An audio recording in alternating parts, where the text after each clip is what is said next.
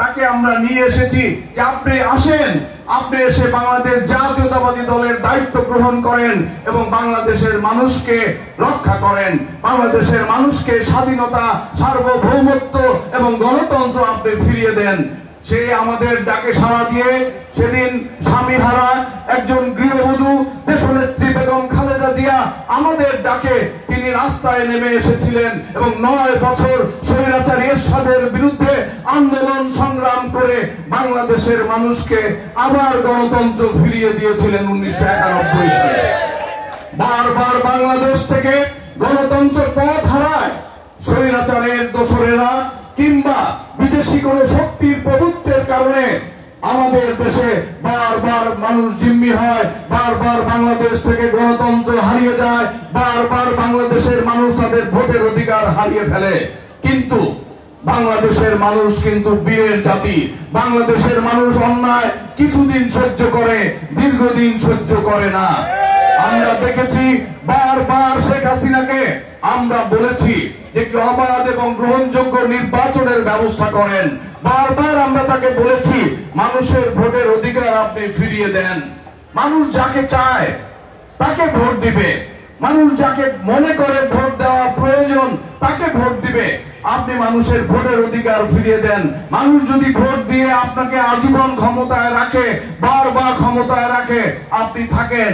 আমরা এই দাবিতে বারবার মানুষের ভোটের অধিকার আদায়ের দাবিতে আমরা বারবার রাস্তায় নেমেছি, কিন্তু আমাদের কথায় কর্ণপাত করে নাই। বারবার বলেছি মানুষের ভোটের অধিকার আপনি ফিরিয়ে দেন, তা না হলে আপনি পালানোর পথ খুঁজে পাবেন না। আপনারা যদি আমাদের বক্তব্য শোনেন, গত 15 বছর এই কথা বহু সভায় বহু মিটিং এ আমি বলেছি, আপনি কিন্তু পালানোর পথ খুঁজে পাবেন না। মানুষের ভোটের অধিকার ফিরিয়ে না দিলে মানুষের গণতান্ত্রিক অধিকার যারা হরণ করে তারা কিন্তু ইতিহাসে রাস্তা করে নিক্ষিপ্ত হয়, তাদের জায়গা কিন্তু বাংলাদেশের মাটিতে হয় না। সুতরাং সেই কথায় কর্ণপাত করে নাই, তারা কর্ণপাত করে নাই আমাদের নেতা জনাব তারেক রহমানের কথায়, তারা কর্ণপাত করে নাই দেশনেত্রী বেগম খালেদা জিয়ার কথায়। বেগম খালেদা জিয়া গণতন্ত্রের কথা বলতে গিয়ে 6টি বছর এই শেখ হাসিনার অন্ধকার প্রকোষ্ঠ কারাগারে বন্দী ছিল, কিন্তু মানুষের দাবি আদায়ের সংগ্রাম থেকে একটু পিছু পা হয় নাই।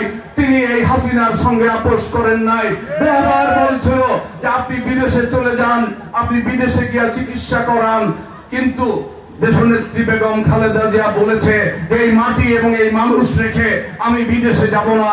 যদি মরি, যদি মরতে হয় বিনা চিকিৎসায়, তাহলে এই বাংলাদেশেই মরবো, কিন্তু আমাদের এই মানুষকে রেখে, 18 কোটি মানুষকে আমি জিম্মি করে রেখে যাই, আমি বিদেশে গিয়ে শান্তি পাবো না। তিনি যান নাই বিদেশে।